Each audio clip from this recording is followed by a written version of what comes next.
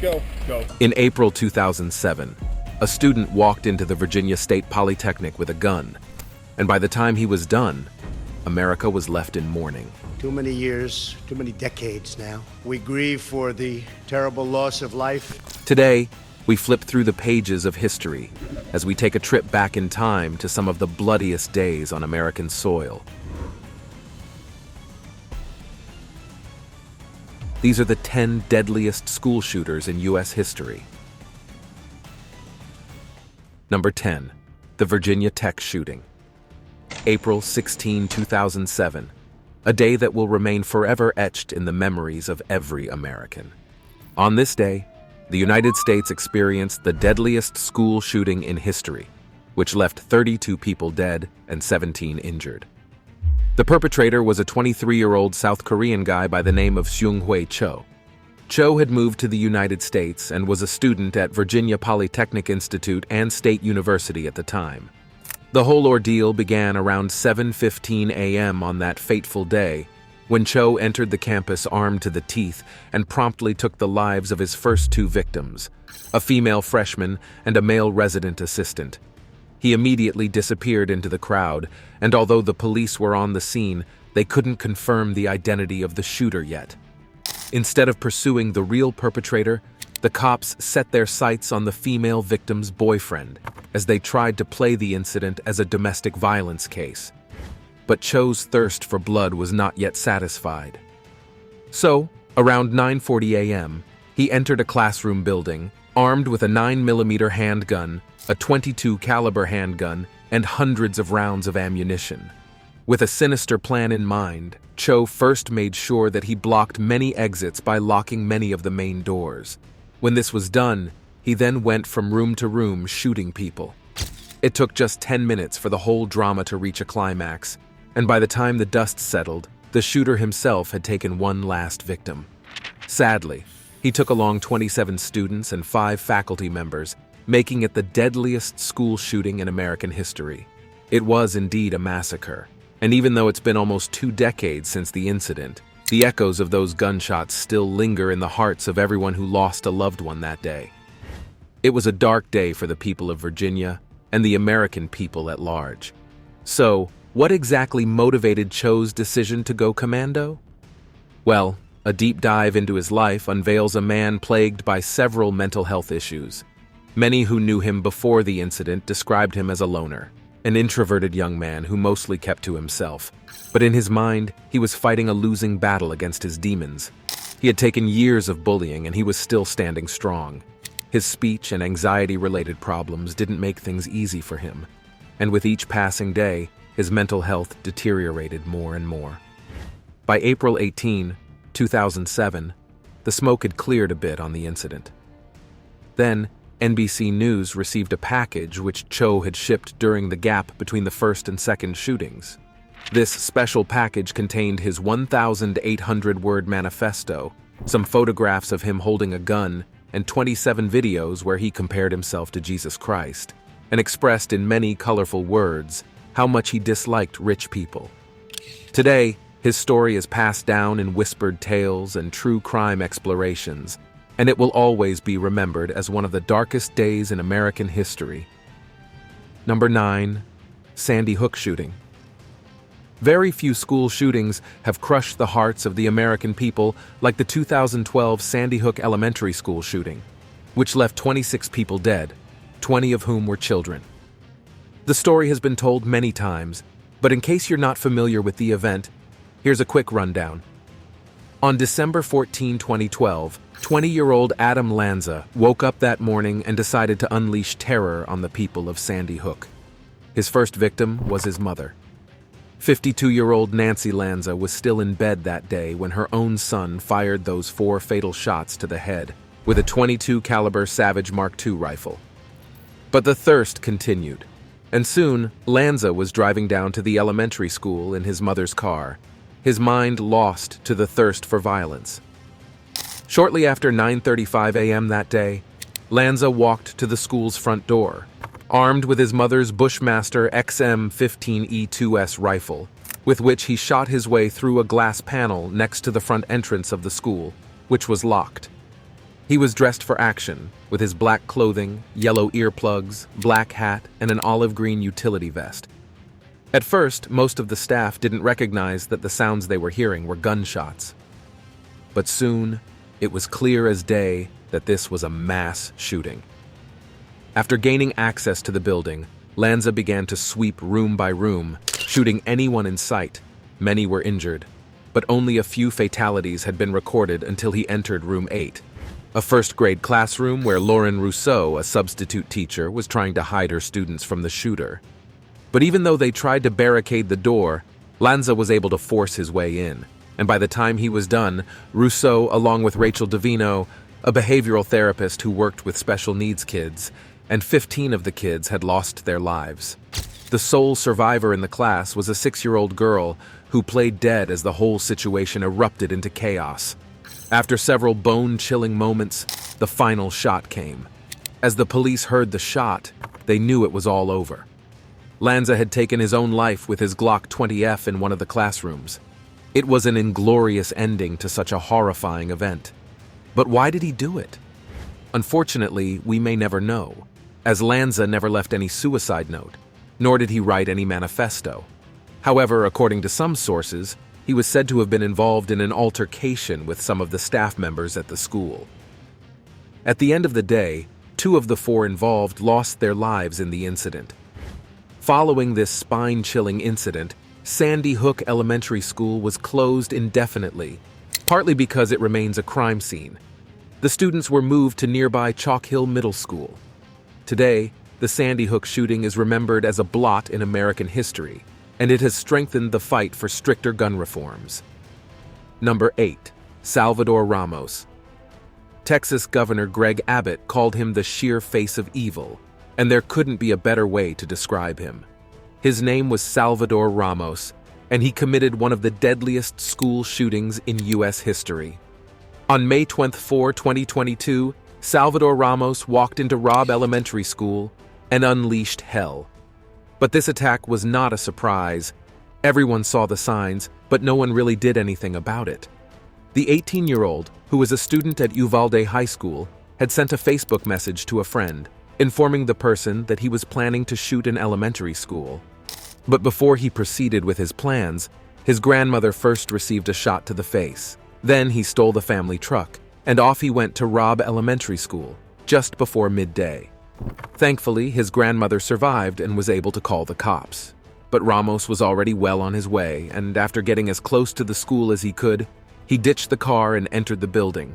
Then he began shooting indiscriminately, taking the lives of 19 students aged between 9 and 11 and 2 teachers. He was eventually shot dead by law enforcement after they stormed the building. The horrific incident sent shockwaves through the community, sending everyone into a state of panic. In the aftermath of the incident, it was discovered that Ramos had purchased over 1,000 rounds of ammunition, as well as 2 AR-15 rifles, just days before the shooting. That was his personal gift to himself for his 18th birthday. This further unveils the reality behind the young man's life.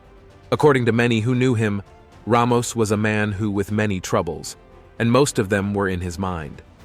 Prior to the attack, he had already established a history of violence and a bizarre love for hurting animals. He was also said to have been a bully who loved to provoke others into fights. He had also been previously accused of violence against women and assault when he threatened to murder and assault 19-year-old Amanda Robbins after she rejected his advances. But the full extent of his fury was unleashed the moment he breached the school doors. He fired indiscriminately at anyone and everyone in his way.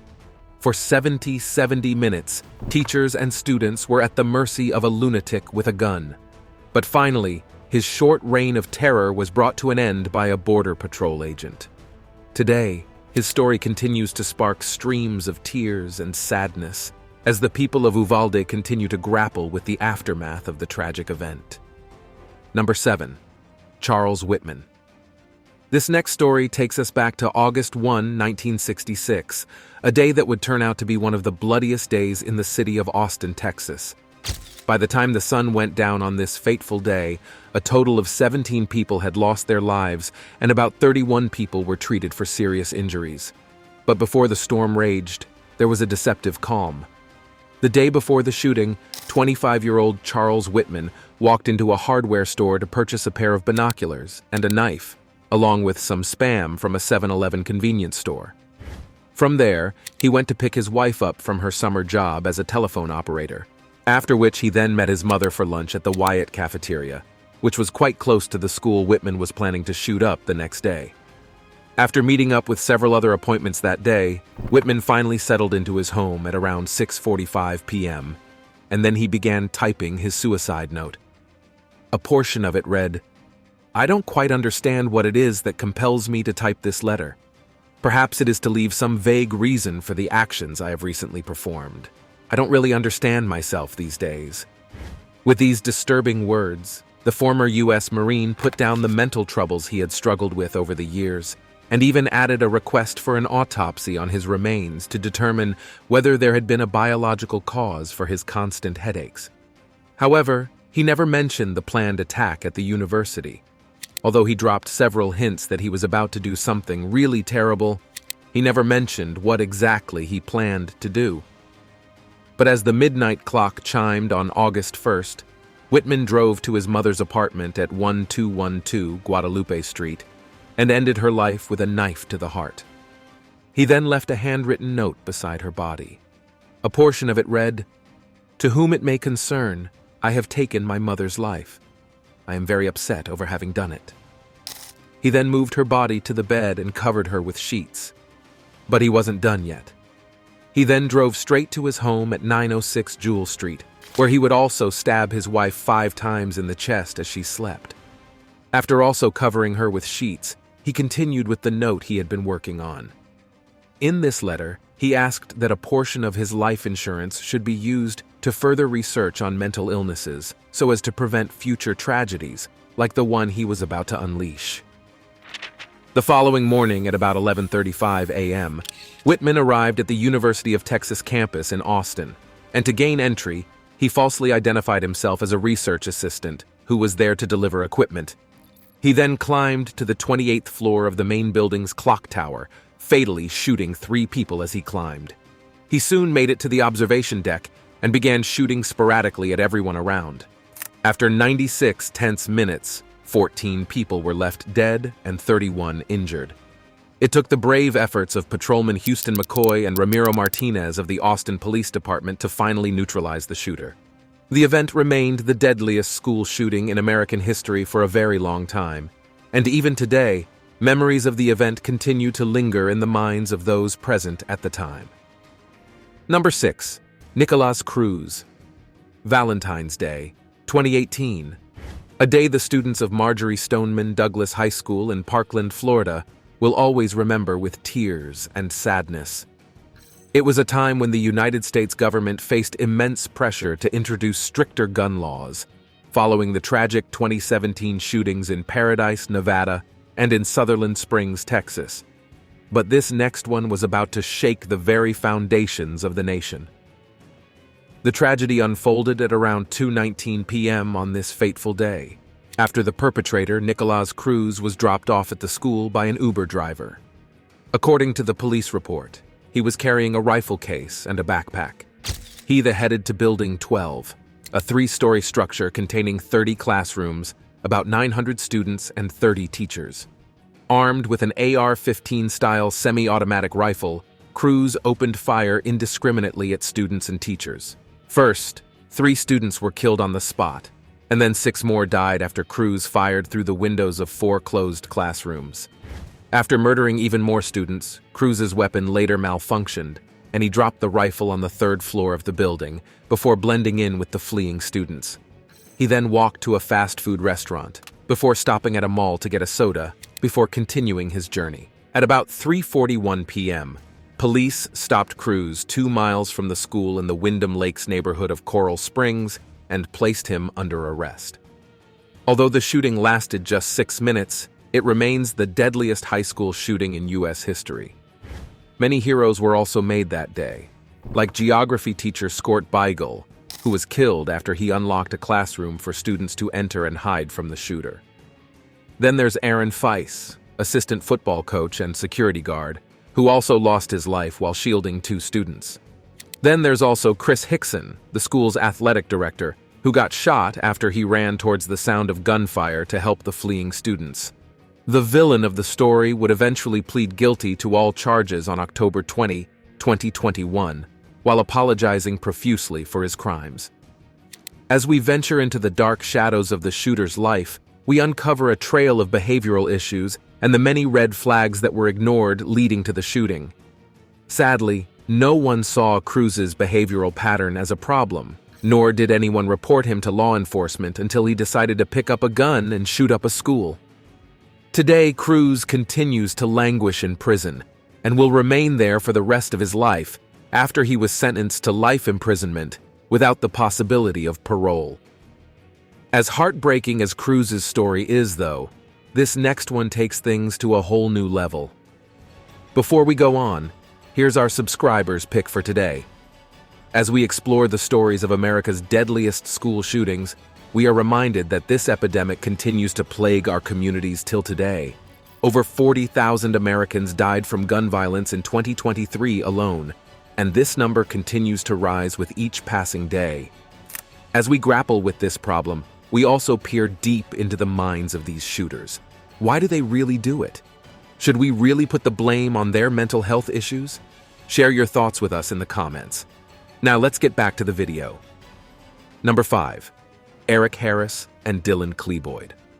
The story of Eric Harris and Dylan Klebold is one of the most spine-chilling tales of school shootings the United States has ever witnessed. On this fateful day, April 20, 1999, these 2 troubled teens put an end to a time of relative innocence in American society and culture. Harris and Klebold were students of the same Columbine High School, Colorado, which they would later shoot up. Although mass shootings have become commonplace in America these days, these 2 teens were the poster boys for the phenomenon back in the day. Prior to the attack, though, Harris harbored an unexplained hatred for the world. Although he looked like a happy kid on the outside, played soccer, and even developed an interest in computers, his mind was troubled by countless deranged thoughts. His journal was filled with many of these thoughts, which are too gory to describe. It wasn't just sadism, though. Harris genuinely believed that he was greater than the rest of the world, and then he met someone who shared the same dark ideas. While Eric Harris was an unpredictable ball of volatile energy, Dylan Klebold was more reserved, introverted, and quietly disillusioned. Klebold and Harris would eventually bond over their shared hatred for the school and everything it represents. To express the darkness that filled their hearts, the 2 boys resorted to dressing only in black, playing violent games, and eventually they found a love for guns and explosives. This was when things took a pretty dark turn. Slowly and steadily, the friendship grew around a mutual hatred and disgust for their surroundings. At first, they were just 2 angsty boys who worked at a pizza place. Then they built a website to plot how to unleash death and mayhem on their neighborhood. It was like a scene from a horror movie. As the plot thickened further, the boys also started getting interested in Adolf Hitler, and soon they were stacking up weapons for the attack. In preparation for D-Day, the boys bought 3 weapons from a friend who was old enough to buy a gun in Colorado, and to crown it all, they even got a bomb. The explosives they acquired were supposed to play a role in their reenactment of the Oklahoma City bombing. Harris and Klebold were both obsessed with terrorist Timothy McVeigh, and they really wanted to outdo him. Thankfully, the school shooting didn't go according to plan. Armed with the pipe bombs they had spent months building, along with 2 extra 20-pound propane bombs. But as it would later turn out, Harris and Klebold didn't complete their explosives training, and the bombs never went off. So they changed their tactics, and by 11 p.m. that day, the 2 boys entered the premises and began shooting indiscriminately. As many of the victims recall, the boys laughed as they shot and killed both students and staff. It was one of the most sadistic displays of violence in history. After about an hour of unleashing terror on the 1,800 students, the 2 shooters eventually took their own lives. It was a bloody climax to a high-octane drama, and that was how Littleton, Colorado became scarred for life. Number 4. 2018 Santa Fe High School shooting. The people of Santa Fe, Texas were treated to a rude shock on May 18, 2018, after a 17-year-old student by the name of Dimitrios Pagortzis unleashed violence on the Santa Fe High School. It was 7:42 a.m. when the first shot was heard around an art class. As he walked from classroom to classroom, Dimitrios was said to have been singing "Another One Bites the Dust Between Shots," firing indiscriminately at his fellow students. Another witness tells the story of how Dimitrios spotted a face he was familiar with and shouted, "Surprise!" before shooting her in the chest. And then, he encountered his first hurdle after the Santa Fe ISD police officers stationed at the school began to exchange fire. After the smoke cleared, one of the officers was left wounded and admitted in critical condition to a local hospital. But Dimitrios continued on his deadly mission. But soon, he was engaged by another school officer and a Texas Highway Patrol trooper who attempted to get him to surrender peacefully. He reportedly threatened to shoot the officers and even fired several rounds as he argued with the police. But he would eventually surrender after he was injured. After the whole episode was over, 10 people had lost their lives and 13 others were injured. Of the 10 that died, 8 were students and the other 2 were teachers. The whole shooting lasted for 25 minutes, and the shooter would later inform the police about how he had shot at the students he didn't like and spared the ones he liked. Sadly, he continues to evade justice even after years have passed. Dimitrios is currently being charged with capital murder of multiple people and aggravated assault against a public servant, and is currently being held in custody without bail. If he's convicted, he could be facing a maximum sentence of 40 to life. But as he has been deemed unfit to stand trial, Dimitrios remains in custody at North Texas State Hospital, and according to the most recent information, he is still unfit to stand trial. Number 3. Christopher Harper Mercer. Growing up in Southern California, Christopher Harper Mercer was a withdrawn, quiet kid who spent the most of his time in his mother's house and wore the same outfit of combat boots and green army pants. But if there was one thing he loved to talk about, it was guns. And that was the only thing he talked about. Any attempt to venture into other aspects of his life was met with a brick wall. Soon, he and his mother left Los Angeles to get a fresh start in Oregon. But 2 years after that fresh start, 26-year-old Harper Mercer carried out what has been described as the worst shooting rampage in the state's history. His memo, which included a typewritten memo left at the scene and a string of online postings, indicated 3 things. 1. The shooter was angry he couldn't get a girlfriend. 2. He was obsessed with other school shootings. 3. He believed the world was working against him. As he studied other mass shootings, Christopher became obsessed with the fame that accompanied the shocking event, and he began to seek that fame for himself. So on October 1st, 2015, he armed himself with 4 semi-automatic pistols, a revolver, and a semi-automatic rifle. Like a soldier on his way to war, Christopher marched into the Umpqua Community College near Roseburg, Oregon, and started shooting everyone in sight. There was chaos and confusion everywhere as everyone scrambled to get away from the shooter. According to witnesses, he made a woman beg for her life. Then he shot her. He was also said to have struck a woman multiple times as she tried to close the door. Then another witness recounted how he shot another woman as she tried to reason with him.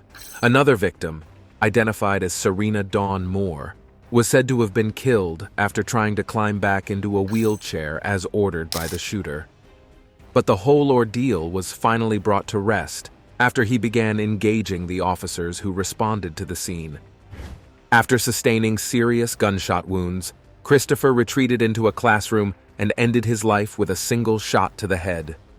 The incident sent shockwaves through the entire community, and today, the story still resonates in the hearts of every American. Number 2. Jeff Weiss. On March 21, 2015, the Red Lake, a special Indian reservation in Minnesota, experienced its deadliest mass shooting in history. The monster behind it all was a 16-year-old boy named Jeff Weiss. Prior to the deadly attack, Weiss lived with his paternal grandfather, Darrell Lucier Sr., who was a sergeant with the Red Lake Police Department. The Red Lake Band of Ojibwe is located northwest of Minnesota and is strictly reserved for only Ojibwe tribal members. On the day of the shootings, Weiss walked into his father's bedroom and retrieved his Ruger MK222 caliber pistol. He then fatally shot his grandfather, who was sleeping at the time. He shot him 2 times in the head and 10 times in the chest. Weiss then armed himself with his grandpa's .40 caliber Glock 22 and a 12-gauge Remington 870 pump-action shotgun, as well as a gun belt and a bulletproof. Then he got into his grandfather's squad car and drove to the Red Lake Senior High School. As he got down from the vehicle, Weiss shot and killed security guard Derek Brune, who manned the metal detectors, but the other guard on the duty escaped without injuries. He then began shooting from classroom to classroom as chaos erupted throughout every corner of the school. Witnesses said he smiled as he was shooting at people, and he would sometimes stop and ask his victims if they believed in God, as a reference to the Columbine High School shooting.